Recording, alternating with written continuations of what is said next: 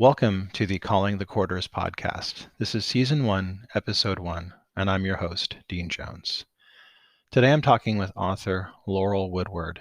She's somebody who I have talked to many other times in my other podcast, The Well-Seasoned Librarian. She's the author of such books as Kitchen Witchery, Unlocking the Magic in Everyday Ingredients, Backyard Kitchen Witchery, Creating Magical Space Outside Your Door, and in October, the upcoming Wellness Witchery, A Magical Approach to Nourishing the Body, Mind, and Spirit, all by Llewellyn Publications. Laurel is a writer, gardener, and cook living a magical life in the Pacific Northwest. She has written for magazines and e-zines on the subject of healthy living, organic gardening, sustainable living, and the magic of tapping creative energy.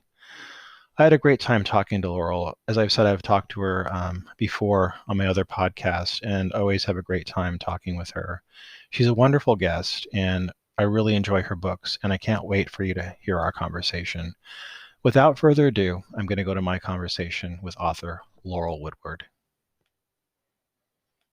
Welcome to the Calling the Quarters podcast. I'm your host, Dean Jones. Today, I'm very happy to have with me today somebody who I've worked with in the past on my other podcast. And so I'm really just happy to have a chance to talk to her again, because it's always a treat. I have with me today Laurel Woodward. She's been a witch for 20 years and is also a tarot reader. She has written for magazines and e-zines on the subjects of healthy living, organic gardening, sustainable living, and the magic of tapping creative energy and witchery. Her books are Backyard Garden Witchery and Kitchen Witchery. Laurel Woodward, thank you for being on the podcast today. Oh, thank you for having me. It's an honor to be here. Now, can you tell us where you grew up? Well, right now I live in the Pacific Northwest, but I spent most of my time in the Southwest. Was born in Albuquerque and grew up in Phoenix. And the transition from the hot, dry desert to the cool, rainy woods is just, in opposites. They're just incredibly opposites, but I absolutely love it here. I love the rain. I mean, the desert has a beauty of all its own, but it also has that horrible, oppressive heat. And, I'm a gardener, and you can't grow anything from September until the beginning of the season again in like March. And it's just so wonderful to come to a different place and experience a whole different biome. Although I had to update my knowledge because a lot of the things I had learned didn't translate very well. But yeah, so I grew up in the Southwest. I just recently read Linda Rodsen's book about New Mexico, Feels Like Home, where she talks about the Sonoran Desert region. What was that like, kind of growing up there? I imagine that the nature there and the weather and just the region must have had quite an impact on you spiritually. Did it kind of like stir anything in you growing up? It did. It really connected me to land spirits. When you are out I grew up in a family of teachers, and we spent a lot of time camping and outdoors. We were poor, so we couldn't afford activities that cost money. So we'd go do free things. And when you are in the desert, standing on a vista and a rainstorm is about to happen, you can feel the electricity in the air. You can feel the life around you responding to the moisture coming. You can smell the particle charges. It's magic. I learned how to feel the magic around me really early, and I'm an animist, and I think part of being in nature, and also my dad always looked for programs to enroll us in, so I was a junior ranger real early, and we get introduced to the local rangers, and they talk about the forest and fauna, and then give us a plastic bag to pick up trash to fill up. And every time we turned in a bag of trash, we'd get a badge.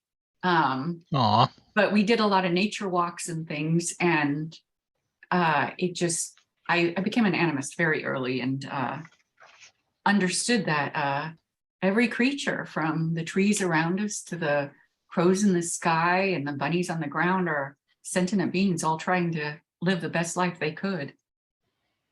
So did you always have a sense that you might be a witch, or did you just one day have like an epiphany where you kind of like gave it some thought and said, this is who I am? Oh, I always saw the world through a magical lens, but it was a very gradual awakening. I actually remember two epiphany moments. One, I was standing in this cult store called Vision Quest, and I had decided to get my very first tarot cards, and I just felt this connection to this Rider Wyatt deck, and it was just like this is your calling, this is for you. And another, I was in a herb section at Baker's Nursery. They had a great section of rare, hard to find herbs. And as I was standing there among I think it was yarrow and mugwort and wormwood, I felt the potential of their power, of all the history and the lore and the potential you could do. And that was a definite awakening of my green craft. One of the things that I like about the umbrella of paganism, or whatever you want to call it, is that there's a lot of different terminology, and people have a lot of self-identification. There's no dogma that tells you you are this or that. You can kind of say whatever you are. I identify as a pagan with druid leanings, but most often as a witch. How do you categorize yourself? Oh, I'm also a pagan. I'm an animist. I follow the seasons and keep an eclectic nature-based practice. I work a lot with wild energies of the earth, my garden, the spirit of my field. But you're right. I'm a kitchen witch because I work with ordinary ingredients and I cook a lot. When I was a kid, my mom was always taking casseroles over to sick people and people who had suffered a loss, and I adopted that practice. And then I learned how to sweeten, and I was always in high school. I was always the girl with the cake at the party or the brownies at the party, and so I'm a kitchen witch, but I'm a green witch because I garden and I introduce all of my energies, and I make my own formulas. I don't buy very many things. I try to craft almost everything. I have plant allies. So I don't know. I'm a bunch of different titles. I think that's a lot of us, though, really. I mean, we tell people that I think normally not witches, like, oh, I'm this or that, because it kind of gives them it pacifies them and gives them something to hold on to. But it's usually more complicated than that, I feel, with most people. Now, I like to ask people this question because, like, I think it really is something that is very special for everybody. So I think I had been in a solitary for many years, and then I got to be in a coven and do the drawing down the moon ceremony. And for me, that was an aha moment where I really felt, I think, more a witch than I'd ever felt before. Because I think sometimes when you're solitary, you have this kind of like imposter syndrome. When did you have, I think, as a witch, your kind of aha moment where you really felt you owned it? That's a hard question because I have to cast my thoughts way back. I'm not sure. I'm not sure. Well, I do remember one time when one of my children was being attacked by a neighbor who kept filming him. I mean, he was like in 4th grade, and he kept filming him and sending me the footage, and it was all innocent stuff, like he's sitting on the bus stop, and he might be fiddling with something that's there, just nonsense. It was just nonsense. But he was he had started to, I was afraid he was going to rally the neighbors against me or something. Anyway, I shifted into this big defensive, I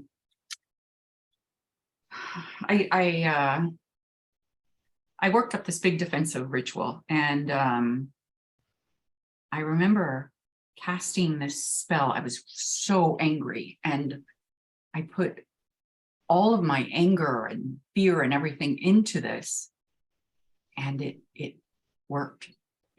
Everyone stopped listening to him, and he stopped sending me videos, and everything went back to normal. But it was when you have those moments where everything is working for you, and you feel it, and you can connect into the web of energy, and it's just a powerful aha moment, like you were saying. And I do remember that being one of them, where I could feel the potential of everything I had learned coming together to bring me to this moment. And luckily, I haven't had to resort to too many of those defensive rituals, but geez, that one really did work. Well, I think we've all been there at least once, I think I think that's a common thing within the community. Everybody's had that at least once. Mm.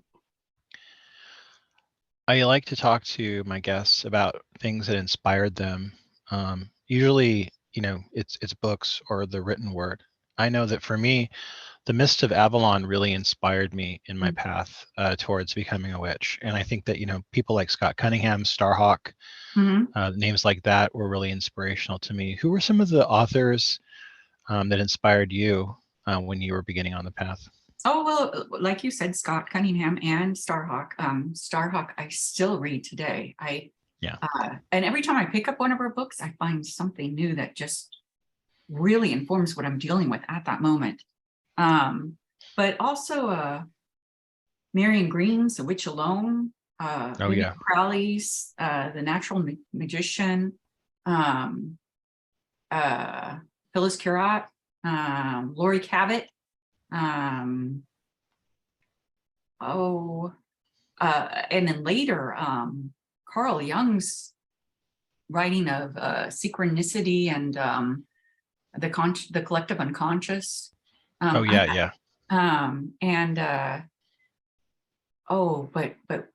what really changed my path was Deborah Blake and all of her books about the mundane, bringing magic to the mundane and being present, and how just by being present and consciously creating, you can make anything, whether you're sweeping, whether you're baking, whether you're gardening or weeding, anything can become a magical meditation.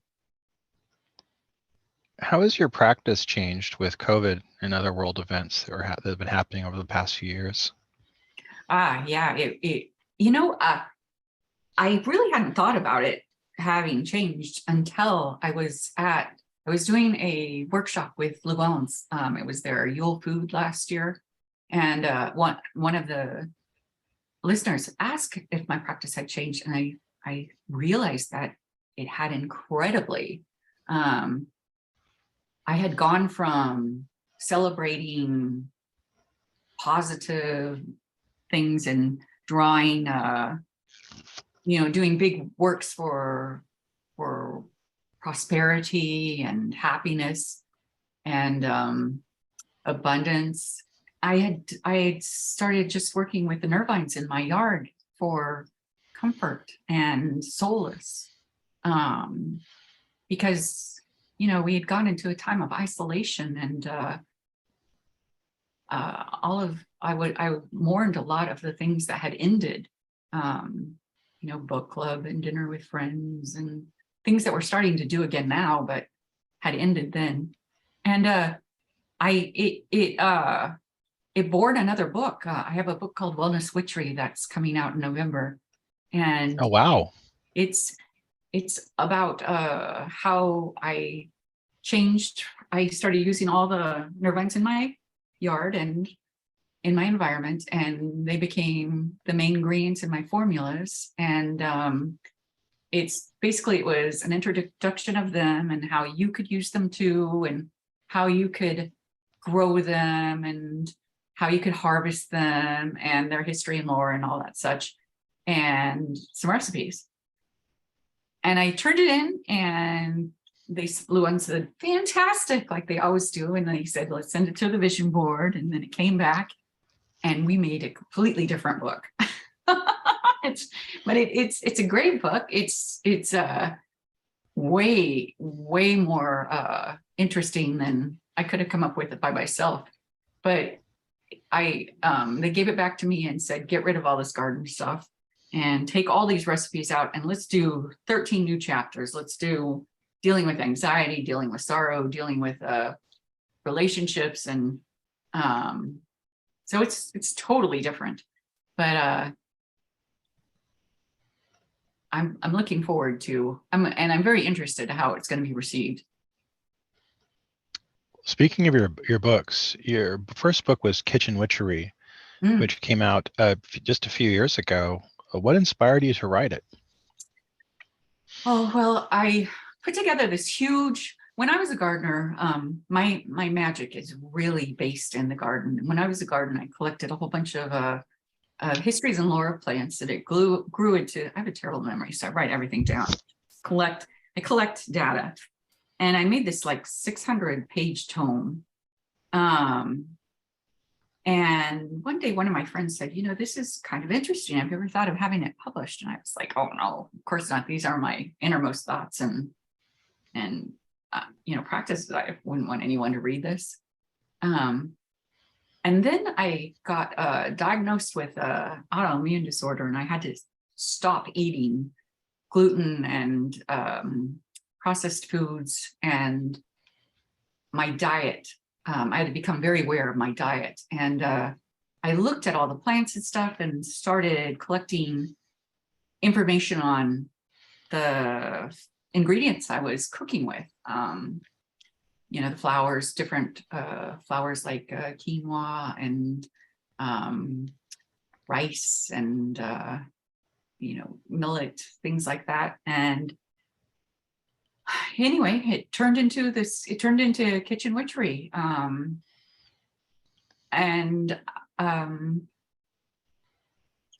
That's kind of how that, I kind of wrote that in a space where I was frustrated and angry, and trying to figure out how to deal with because it felt like a curse. I was a baker. I love baking bread. And now I can't have wheat. And I had to find ways around that.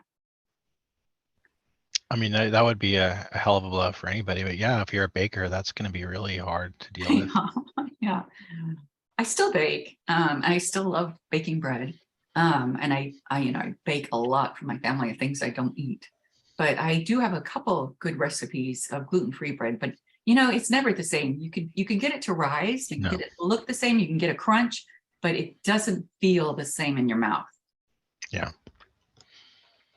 No, you've worked with Llewellyn with all your books, and Llewellyn is a touchstone for many of us, because most of us, when we've gotten books on the craft, it's always been a Llewellyn book for the most part. I mean, there are other publishers, of course, but I'd say the predominance of most of our libraries are probably Llewellyn books. What have they been like to work with and write for? Oh, they are fantastic. I have two amazing editors that I've worked with through everything, and they are just fantastic. Heather Green accepts what I do and then reorganizes it and shifts it and shows me how to make it into something that might sell. And then Lauren goes through it and calls out anything that might not be right on, and has me research it. And they're fantastic. I don't think in fact, I know I wouldn't be an author without them. They've been wonderful to work with. Your second book with Llewellyn was Backyard Kitchen Witchery. Mm.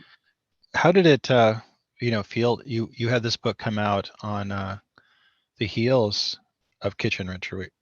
Kitchen Witchery. We'll edit that out. How did it feel to have that second book out right after the first? And you wrote this all during the pandemic, so that must have been especially challenging. Well, I was stuck inside, so it was okay.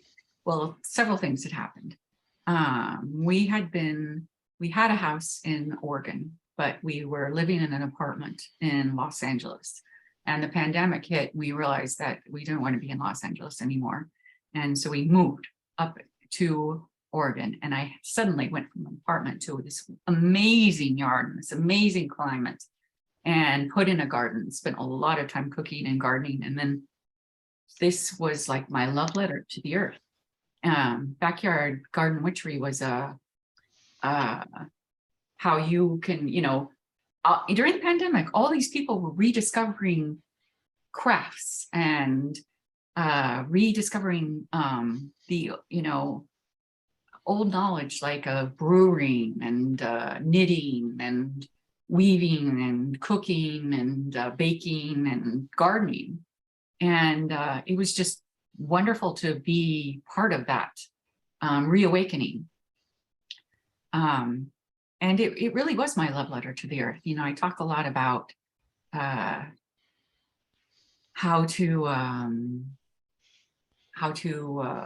walk your land and how to tune into the powers that may be there, and how to feel if something's off, and how to heal it if there is a problem, and then how to grow and work with and cook with, from garden to table, how to use your produce. And that was my most joyous book to write. You talk about the topic of restorative power of nature in this book, and we've kind of touched on that earlier in this conversation. Can you elaborate on that a little bit more? Yeah, I absolutely, I have a deep connection to nature, and whenever I go outside and just let my spirit quiet and let my ears fill with the sound of birds, my heart just opens, and I can reconnect with the sense of wonder of, the vast amazingness that is nature. It never fails. If I'm having a bad moment, I can just go out in the field, just walk the field, and instantly I feel better. Nature really does have a restorative power for me. You talk in your book about cloning plants and seed saving. Two things I really can never seem to get right. Can you talk about this a bit and tell us what it is and how you do it? Well, I think that once you get those two things down, it's an amazing moment, because you freed yourself from having to buy things, and you have suddenly this whole store of free things ready for you. If you start seed saving with like easy things like pumpkins or any of the winter squashes, or even tomatoes or peppers, the only issue I think you might have would be mold. And so you want to wash your seeds and let them dry, and then store them in paper so they won't mold, or store them open in the air until they dry and then put them in paper. If you put them in plastic, they'll almost always mold. If for creating clones, almost every leaf node of an herbaceous plant has the ability to turn into a root node. And if you start with something easy like a dahlia or roses, if you have a favorite rose bush and you in the springtime, it helps a lot if it's when it wants to strike. You take new growth, you measure down to new growth section, and you gently cut the leaves off, but don't harm the node, and immediately put it into dirt and water it in, it's very likely that that will strike and form new roots, and you will certainly have a new plant soon.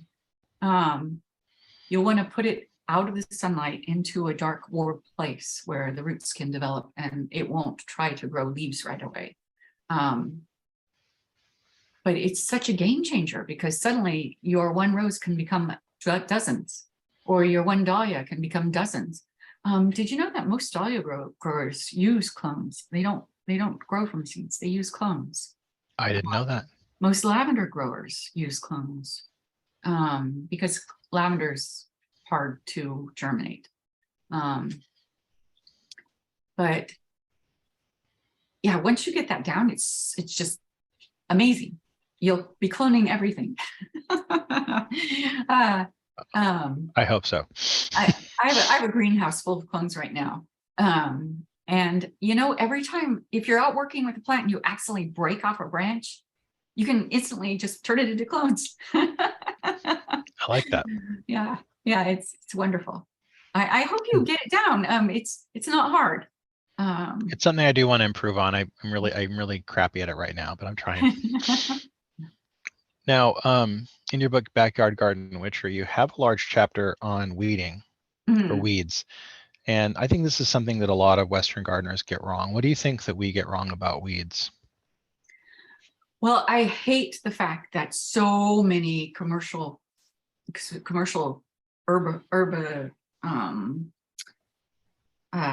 weed killers are on the market.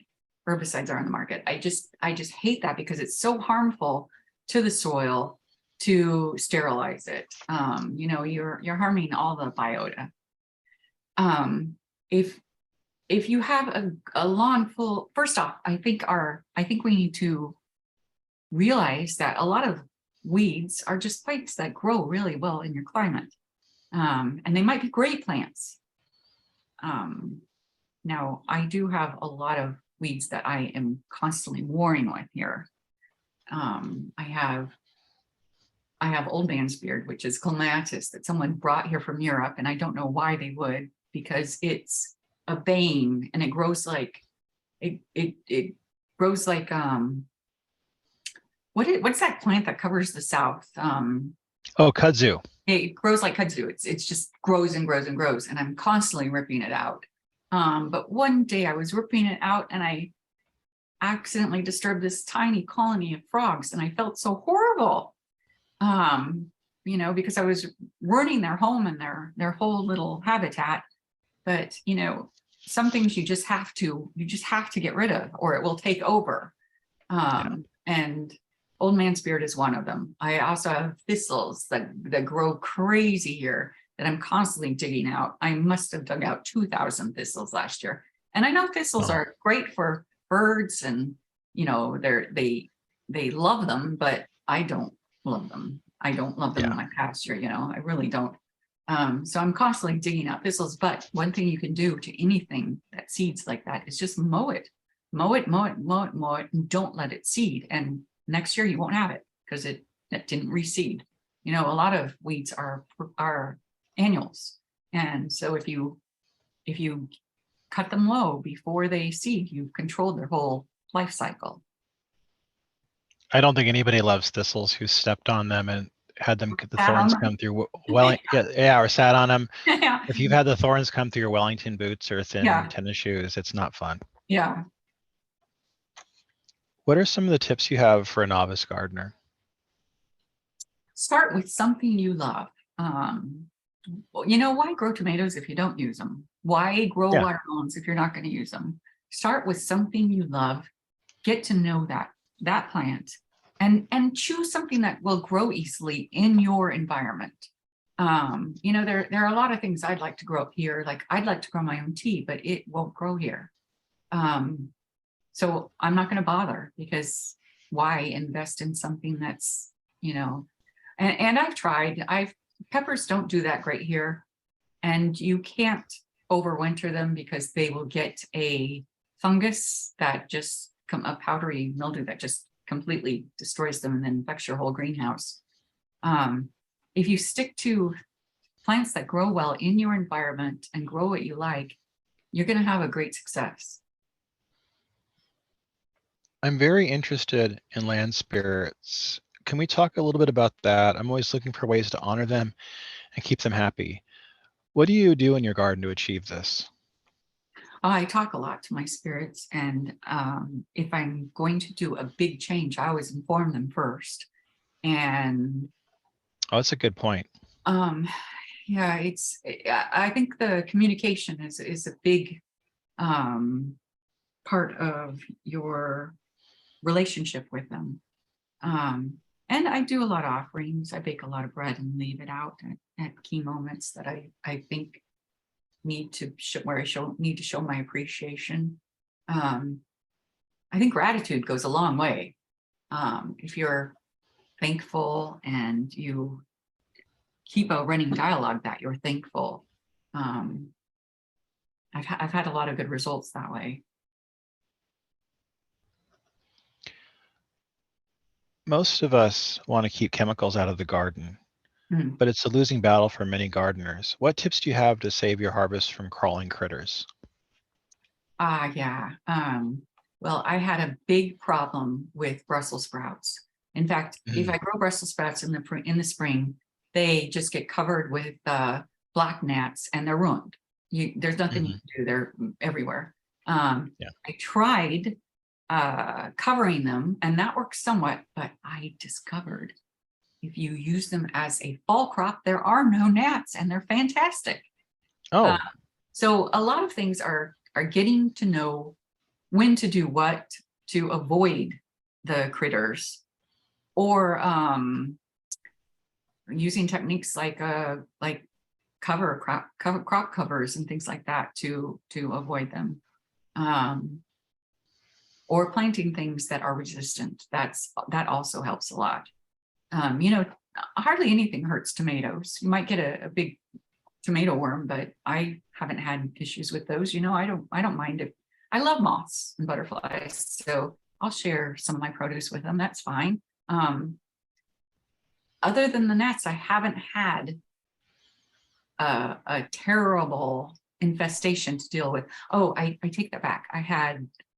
I had pea, forgot what they were called, these little teeny tiny critters, cute little guys who infested my whole pea crop, and I didn't even know it until they hatched out again. So I probably ate a whole bunch of them and didn't even know it.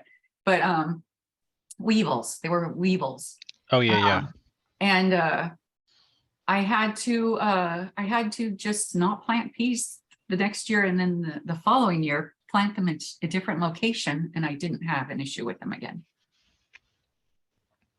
I love many of the recipes from both of your books, of course, Kitchen Witchery and then also the Backyard Garden Witchery. I especially like the rhubarb chutney I'll be making very soon because I got a lot of rhubarb right now. And my family loved the luscious garden tomato pie and many more great ways with garden produce. Do you need help selecting the right recipes for the book, or did you already have favorites when you started it? Oh, I had favorites. I had Kitchen Witchery is where I published all of my favorite recipes, so I'm constantly looking things up in there to find them. The first print run did not have a recipe index. The second and third do. So you can open the book and find a recipe, and it will tell you where it is. The first one you have to hunt through because it came after a reviewer said, you really should have an index. And I wrote my editor, and they said, that's a good idea. We'll put it in the next printing. But yeah, it's all the store up of my favorite ones, and Backyard Garden Witchery are more recipes that did not make it into the book because there wasn't room. A lot of things had gotten cut out. I write a lot of words, so they are constantly saying, reduce this, get rid of this. You can pick two. That's all you can have. But I did just get to do the recipes for Llewellyn's Witchy Date book, 2023. And no, 2024. next year's. And when I got asked to do this, I said, oh, great, I want to do seasonal ones. And I was working with Lauren again, my editor. And I said, let me send you a couple lists and choose the ones you want me to do. And so I sent her 24 different recipes and she picked 12. And then I came up with recipes for those, and it was a lot of fun. And I got to cook a lot of great things and get the recipes down. And I sent them all in, and then she sent them back and said, great, now you have to make them fit in this little teeny corner. And that was really challenging because I had to change like a paragraph of instructions into, I just stuck it into the ingredients, like, instead of having, just, it was already done in the ingredient list. But I was really honored that they asked me to do that. It's exciting, and it's already up for order. You can order a copy right now if you want to for next year. How are you currently getting ready for this spring planting season? Oh, I've already started, even though it's muddy and rainy here. In fact, it's been raining all day. Yesterday we had a fantastic day after 2 days of dryness, and I put in a new asparagus bed, and I planted a new onion box. And what else did I do? Oh, I've ordered so many seeds. I've already got all my seeds. I've been planting new beds, and I've been weeding and weeding and weeding. I have so much weeding to do. I have months worth of weeding to do. Me too. What have you been doing to prepare? How has the weather been down there? Have you had any of this what do they call it? The atmospheric river? Atmospheric river. Yeah. Oh yeah, we have. So it's been weird for us because California, Northern California, like it or not, is, a desert, and we like to pretend it's not, but it has been more recently. And we're starting to get rain. But the thing is, none of us are really used to rain. So for people that are used to living in an exceedingly dry climate, we suddenly have all this water. And in many cases, it was devastating for some communities. There been a lot of flooding. So for me, I like it. I'm glad. I love seeing how green it's been. We've been having, light rains every week, which is, I think, really unusual for us. We don't ever have that. So it's been a blessing. I mean, I think everybody, even the people that are affected by it negatively, have felt it's a blessing because, everything's been so gorgeously green.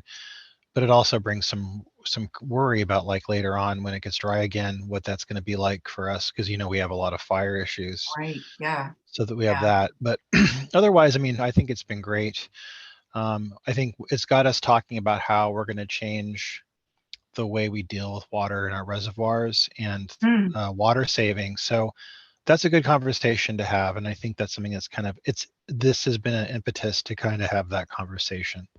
So it's been good for us. And it's helping me, like, I'm looking at what I want to plant. I got some wheat already coming up that I'd planted. I have some peppers that I didn't think would last, but they're doing really well. Oh, nice. I have a lot of garlic and onions, and I'm looking at putting out potatoes this week. Start putting down potatoes. I'm going to get a lot of tomatoes. My wife wants more tomatoes, so I'm going to do a lot of more tomatoes, and definitely do some zucchini. Last year I had just a pumpkin palooza, and so I'm hoping to kind of do that again this year and get more pumpkins. I didn't get any zucchini though. I don't know why. But I had just pumpkins, but no, I had planted crookneck and zucchini, and I got nothing. I just got nothing but pumpkins. So we're going to see if I can do that differently this year. Do you pollinate your own blossoms? No. So we're really lucky. I plant flowers with everything. So we have a lot of bees that come through here, and they've been kind of pollinating everything for us. Because whenever I plant something, I always put flowers next to it, so they get a lot of pollination. Well, to ensure lots of squash every morning, when the squash is in bloom, I go out with a paintbrush and I pollinate all the female blossoms. Okay. And then I'll always have tons of squash, because even with bees, sometimes, I don't know why, sometimes the female blossoms don't get pollinated. Anyway, I found that really helps in We'll give that a shot then. That sounds good. Yeah, in zucchini gardening. I had so much zucchini last year. I was giving it away to everyone who wanted it. And then I started just feeding it to the goats and sheep. Because we had so much, but I still have about a dozen pumpkins from last year. I had a bumper crop on them too. And I for the first time I found this Amish pumpkin. It doesn't look like a jack-o'-lantern pumpkin. It looks more like a gourd of some kind, and they get giant. And from one medium size of those, I was able to make like 8 pies. And it Oh had my God. great flesh, and it was the orangey fresh, like the Libby's.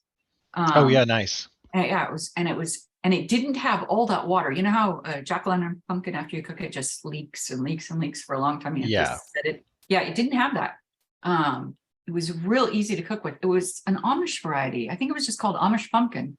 And anyway, I saved a whole bunch of I'll look seeds that for up. those. I'm going to do those again. I'm writing this down. It was a great pumpkin. So, Laurel, my last question is, what's next for you? And you did talk about the upcoming books, and can we talk about that again? Oh yeah, Wellness Witchery. It's coming out in November. I turned in the second revision and just got back to do a third. So it's almost ready to go to the proofreader. But it's about using plants. The first section is about plant allies and how to form a relationship with a plant. When you get to know a plant, and it becomes a much more powerful, potent ingredient if you learn how to work with it and study its lore and learn how it was worked with in the past. And anyway, the first part is about creating a relationship with a plant, and the second part is about how to use it in your practice and recipes for mood adjustment. I use a lot of hawthorn leaves and California poppies and lavender, chamomile, mugwort, motherswort, and plants like that are very easy to grow and easy to harvest and store, and different recipes, how to use them. Oh, and a whole section on essential oils, because a lot of ingredients you can't get, and essential oils is an easy way to tap into a plant's energy if you don't have the actual plant itself. Our sense of smell is so underrated, and we don't even know how we respond to many things. So it's a bunch of different blends to affect mood and lift outlook. Laurel, I want to thank you for being on this podcast. And I think this will be out around the time of the spring equinox. So I'm going to wish you a happy spring equinox prematurely. And I hope we can have you back again when the new book comes out. Oh, thank you. I would love to come back. That would be wonderful. That was my conversation with author Laurel Woodward. We have links to her books and her website in the bio information that you'll see on whatever platform you're using. Please join us next week when we talk to author Lisanna Wallitz, where she discusses her book, The Natural Witch's Cookbook. I had a great time talking to Lisanna, and I think you're going to enjoy that conversation as well. We have a total of 13 guests in this season, and I look forward to talking to each one of them. Thank you for listening to my podcast today.